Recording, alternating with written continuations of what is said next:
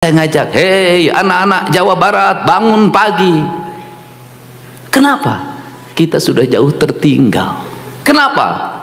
Kedokteran Cina, prakteknya diajarkan seorang dokter berlari di stadion untuk menjemput pasien. Unhan mengajarkan bagaimana orang-orang akademik itu punya spirit kebangsaan yang tinggi. Tidak bisa kata siapa orang pinter itu tidak boleh lari. Orang pinter harus lari. Kalau orang pinter tidak berkeringat, orang pinter tidak digerakkan, yang diandalkan hanya otaknya, maka setelah stroke ilmunya tidak bermanfaat. Kalau dia punya diabetes akut, ilmunya tidak bermanfaat. Hanya mengandalkan otak, ototnya tidak digerakkan, tidak bermanfaat. Karena hidup ini ada jiwa dan raga, ada jisim kuring, ada jirim, ada isim anu kuring. Apa itu? Ada badan, ada isim, ada roh, ada kuring yang memilikinya. Itu yang disebutkan tritangtu. Ini pendidikan. Kenapa? Undang-undang dasar kita menegaskan bahwa tujuan pendidikan nasional adalah menciptakan manusia Indonesia seutuhnya. Kalau utuh, kata orang Sunda, kaluhur sirungan kahandap akaran. Apa artinya? Intelektualnya dia menjangkau ke alam ide, karena manusia berasal dari alam ide. Alam ide itu dalam dunia kita disebut dunia maya. Itu adalah alam roh. Aristoteles mengatakan itu adalah abad ide. Orang Sunda mengatakan dalam filsafatnya itu disebut alam bihari.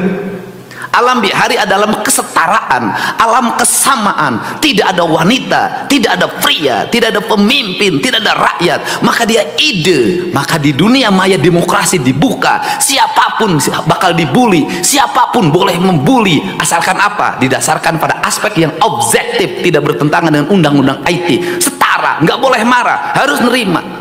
Itu ide. Apakah ilmu itu di bar? Tidak. Di sang yang siksa kandang itu sudah ada. Makanya saya selalu ngomong alam bihari, alam kiwari, alam poisu, tiga-tiganya alam. Filsafat kita mengajarkan kesatuan, tidak ada perbedaan. Barat mengajarkan perbedaan, itu bedanya. Saya lebih senang menekuti filsafat Sunda. Kenapa? Lebih manusiawi, lebih esensi, dan lebih menjangkau masa depan. Problemnya apa dari bangsa Sunda ini? Problemnya dari bangsa Sunda adalah tidak ada budaya menulis. Tidak ada budaya menulis karena dia menggunakan kekuatan rasa, dan kemudian tidak ada pengakuan, tidak ada yang ribut sekarang, tidak ada hak cipta. Ti aloh KBG aloh. Karena di Sunda itu sosialisme, tidak ada kepemilikan. Maka seluruh karya sastra, karya filsafat, karya ilmu pengetahuan tidak ditulis, hanya dalam bentuk cerita. Kenapa? Teagul ku payung butut, tidak ada. Anda cari itu cerita Lutung Kasarung karya siapa, cerita Si Kabayan karya siapa, cerita Dayang Sumbi karya siapa. Semua tidak ada karya siapa. Semua orang boleh menggunakannya. Kenapa? Karena tidak dikenal kapitalisme. Itu problem. Tetapi problemnya tidak terbukukan, problemnya tidak tersampaikan dalam narasi akademik. Saya memilih ini hari ini. Kenapa saya memilih ini? Kapan? Saya ini Purwanto, teman saya sejak HMI. Sejak saya menjadi wakil bupati, saya menemukan, oh arah bangsa itu ini loh. Oh ini kemajuan itu. Oh ini capaian ini. Oh ini. Makanya 15 tahun yang lalu saya pasti dihajar di mana-mana. Waktu itu belum zaman medsos. Maka saya cepot. Saya adalah klinik. Saya orang musyrik. Saya tidak pernah takut. Kenapa? Yang saya yakini adalah kebenaran menuju kemajuan. Nah, jadi saya ngajarin apa? Kemiskinan jangan terus-terusan dieksploitasi saja. Kenapa? Bagi saya kemiskinan itu jalan menuju kekayaan. Seonggok jagung bagi seorang sastawan jadi kaya. Kenapa? Gara-gara seonggok jagung maka saya mendapat honor baca puisi. Kalau sekali baca 10 juta, awas kasihnya 10 juta ya. Ini boleh tanya Kang Iman, saya pertama jadi bupati, yang saya undang ke siapa? Iman Soleh. Soleh memang dia, walaupun wajah ganteng, istrinya satu. Ya, saya juga tidak tahu istri satu tuh karena penghasilan terbatas sebagai dosen. Makanya Kang Iman nggak boleh jadi anggota DPR, nanti takut berubah. Nah ini saya kenapa saya ingin ngajak orang aneh, wakil bupati manggil baca puisi, orang lain bukan itu. Kenapa saya ngajarin orang sastra? Saya ngajak Kang Iman keliling sekolah SMA di Jawa Barat dulu waktu saya jadi Bupati Purwakarta. Udah keliling baca puisi. Kenapa? Ini karya. Kenapa? Tidak ada peradaban sebuah bangsa menuju kemajuan tanpa karya sastra. Nggak ada. Oke. Kita ini kan Bang, dari seonggok jagung itu Anda jangan menyerah. Hei, bapak saya miskin, hanya kuli buruh tani. Bersyukurlah Anda menjadi kuli buruh tani bapaknya. Kenapa? Kamu punya mimpi menjadi tuan tanah pada suatu saat.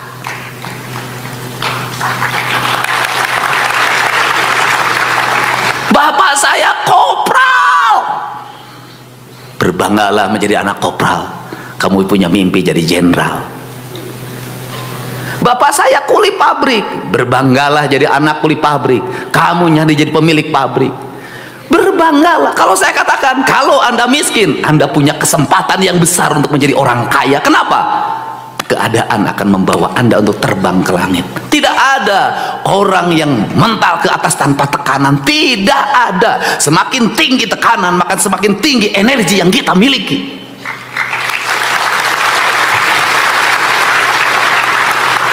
Kenapa Cina, Tiongkok mengalami kemajuan yang pesat? Dia berpikir penduduknya banyak, sumber daya alamnya tidak memadai, maka dia terus saja berpikir pemimpinnya. Apa yang terjadi hari ini? Energi yang besar. Saya lahir dari anak ke-9 bersaudara. Bapak saya palang 3, prajurit kepala, pensiun 25 tahun. Saya ngalamin tidak makan 3 hari 3 malam. Saya ngalamin di sekolah dibully karena badan saya kurus. Saya ngalamin di SMP disebut si unyil karena saya hidup di antara anak-anak angkatan udara Lanut Kalijati dan bal saya paling kecil. Kulit saya hitam, badan saya borok.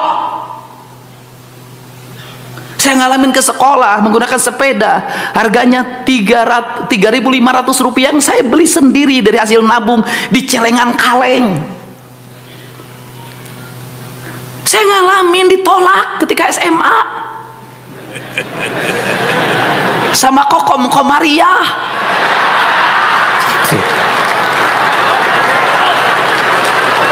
Masih ingat nama itu sampai sekarang. Sama Nur, tolak saya. Kenapa? Nggak tertarik sama saya. Orang ke sekolah naik motor, saya ke sekolah naik sepeda SMA. Orang pulang sekolah nongkrong, merokok, nonton bioskop. Aing ngalah solo di kebun karet. Saya tuh ngalamin Pak, mikul kayu bakar. Ada orang yang ditaksir saya sebelah sana, malu lewat, saya lewat sungai. Jadi kalau cerita Garut Pak Sekda, saya ketika ditolak oleh perempuan diajakin oleh teman saya namanya Iyet, SMA itu kelas 2. Sudah capek bikin suratnya. Kenapa kan harus beli kertas surat yang harum ada tulisan Lope? Kita pengalaman hidup ini prihatin itu. Ada keprihatinan.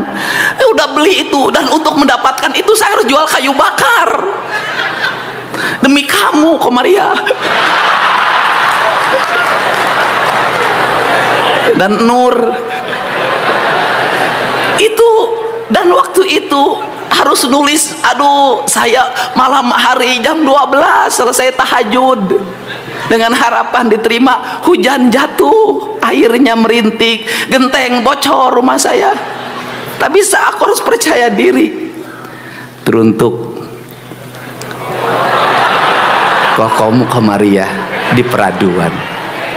Seiring angin mendesir, air yang jatuh di genting, kutulis sebuah pesan untukmu.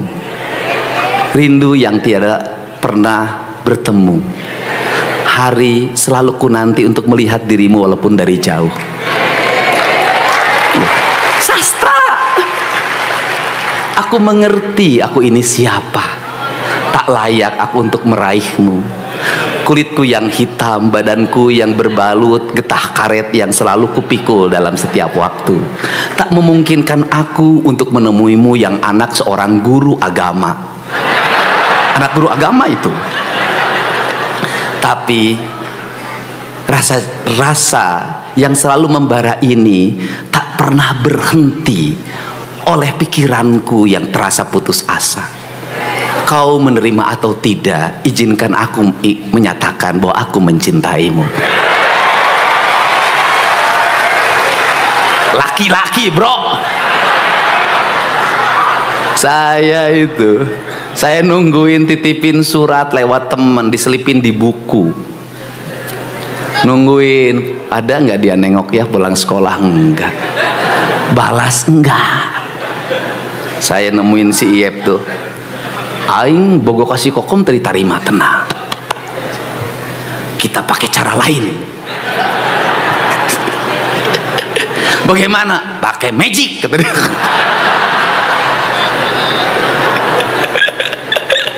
Yang angkatan sekolahnya 90-an lah ngalamin yang beginilah. Jadi bagaimana pakai magic? Udah puasa. Waduh, saya puasa. Berapa hari? 40 hari.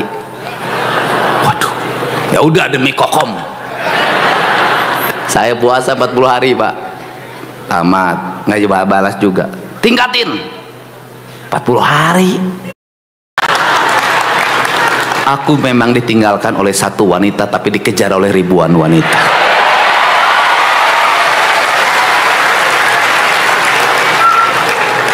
Tapi sayang, cintaku tak akan pernah berlabuh pada yang lain kecuali Hyang Sukma Ayu.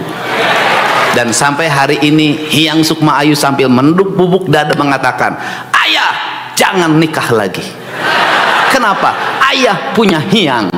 Hyang tidak mau ada saingan. Demi untukmu aku rela untuk tidak nikah lagi di depanmu.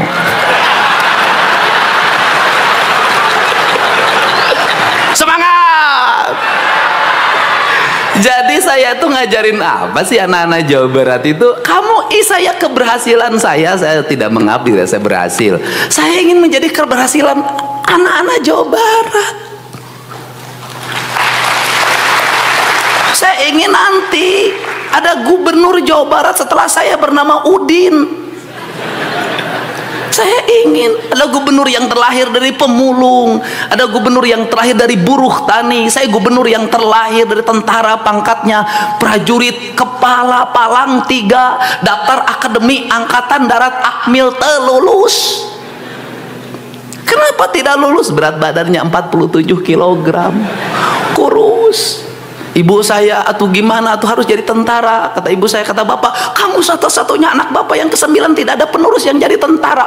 Makan pepaya, dahar gua. Pisang, makan. Teman saya ngasih obat namanya Harsen.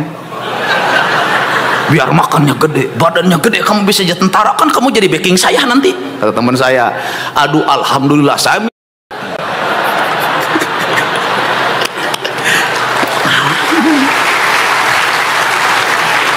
daftar secaba telulus. Akhirnya saya pindah ikut kakak saya, tinggal di rumah kontrakan, rumahnya mau roboh, tiap hari saya hanya makan nasi dan garam. Setelah itu apakah saya berhenti? Tidak. Saya bilang ke kakak saya, mau kuliah di sini aja, STH Purnawarman Purwakarta. Uangnya dari mana, Det? Ya udahlah kuliah aja, nanti juga ada rezekinya. Saya ikut kuliah kelas karyawan. Muridnya hanya 30, semua pegawai yang ngeskarolot. Kemudian saya nggak habis akal, saya dimodali oleh teman saya.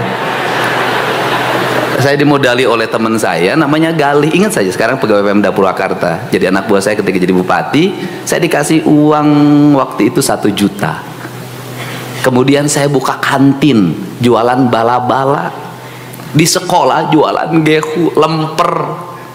Tiap hari begini, nungguin anak-anak Semea Purnawarman jajan. Habis itu saya punya kontrakan sendiri. Itu saya ingat betul. Saya punya teman namanya Komaruzzaman, pegawai pengadilan agama Purwakarta. Mudah-mudahan Pak Komar masih sehat. Jarak dari rumah kontrakan saya ke sekolah itu 5 km. Saya ngakalin diri untuk gratis. Ketika pulang, berangkat saya jalan kaki, pulangnya apa? Saya lapar nih, tapi gimana uang saya biar gratis nih, biar awet? Saya ikut.